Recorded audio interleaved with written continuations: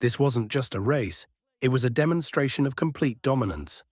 In this video, we take you step by step through the women's 400-meter hurdles final, showing how Sydney McLaughlin-Levrone imposed her rhythm from the very first hurdle. We focus on the key technical elements, including stride pattern, hurdle clearance, and energy distribution.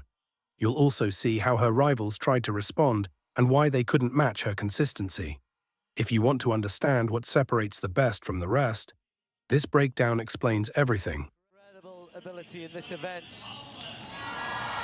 52.97, under 53 seconds, which is real high up world class.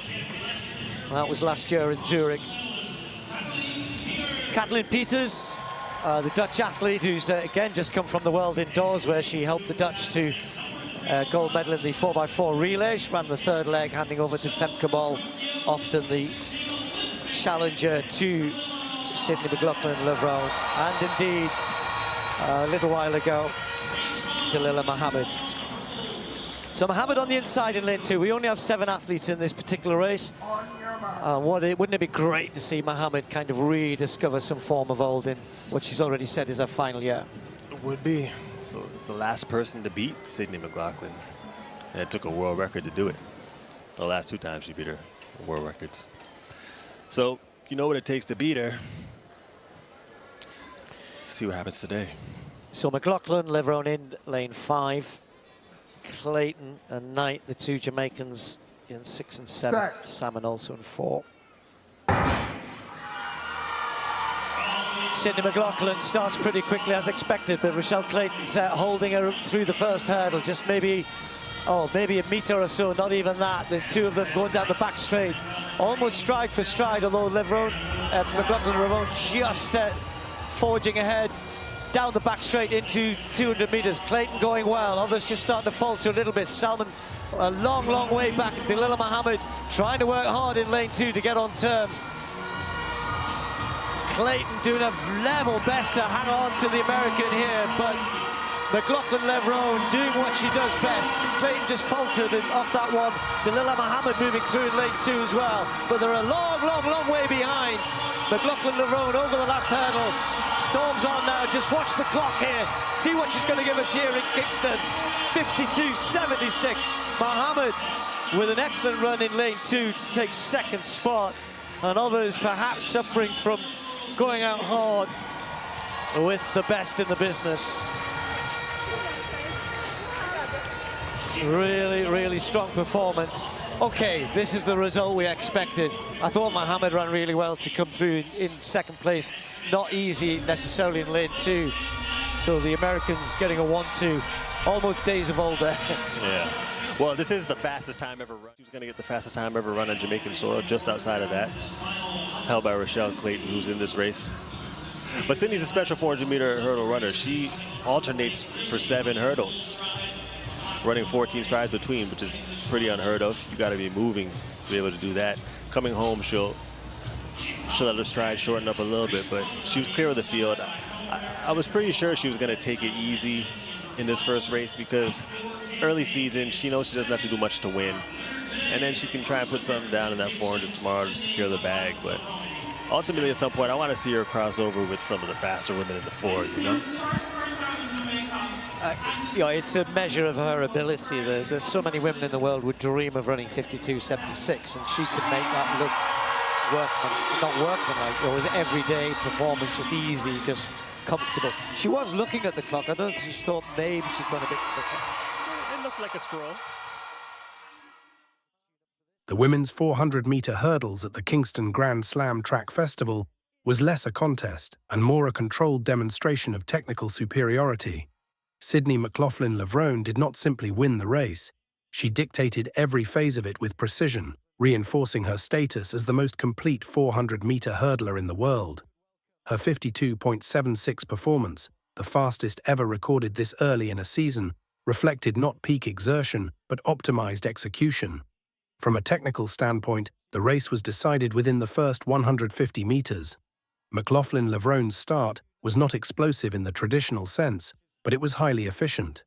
Her reaction time was clean, and more importantly, her transition into the first hurdle was perfectly calibrated. She approached hurdle 1 with ideal stride alignment, eliminating any need for adjustment, a critical advantage in maintaining rhythm. Her 14-step pattern between hurdles immediately set her apart. This is not just a physical capability, but a technical framework that allows for superior race control.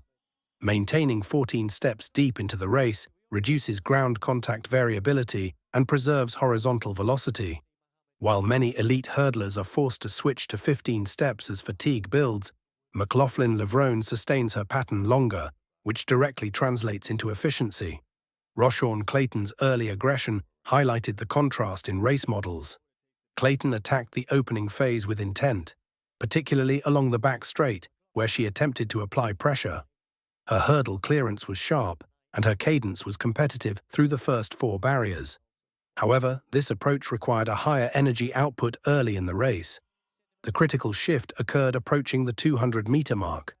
This is typically where the 400-meter hurdles transitions from controlled rhythm to endurance under fatigue. McLaughlin-Levrone did not accelerate Resco. Instead, she increased her effective speed through consistency. Her stride pattern remained unchanged, her posture upright, and her hurdle clearance efficient. This created the visual effect of separation without a visible surge. Clayton, in contrast, began to show the early signs of strain. While still technically sound, her stride frequency increased slightly, indicating a shift from controlled rhythm to reactive sprinting. This is a key distinction. Once an athlete begins reacting rather than dictating, energy efficiency declines. Andronette Knight maintained a more conservative approach, focusing on staying within her rhythm.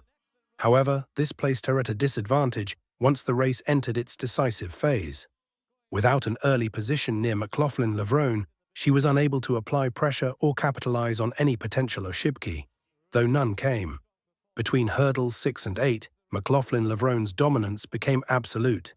This segment is often where races are lost due to fatigue-induced technical breakdown. Instead, she maintained near-identical mechanics, minimal vertical oscillation, consistent takeoff distance, and precise landing positions. Her ability to preserve form under increasing lactate load is what separates her from the rest of the field. Another defining element was her hurdle clearance efficiency. Rather than attacking the hurdles with excessive force, she minimized airtime, treating each barrier as part of a continuous sprint rather than an obstacle.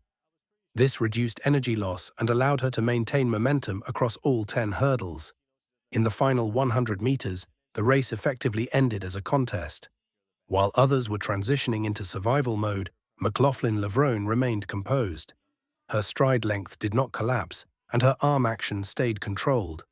Importantly, she avoided the common late-race Oshibki, such as overstriding or excessive forward lean.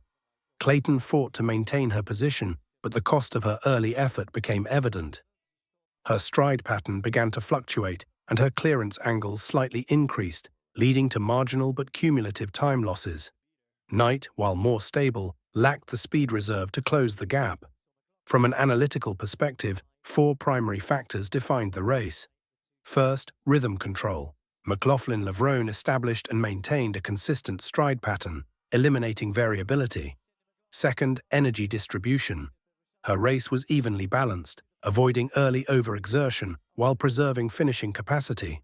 Third, technical consistency under fatigue. She maintained identical mechanics from hurdle 1 through hurdle 10. Fourth, psychological control.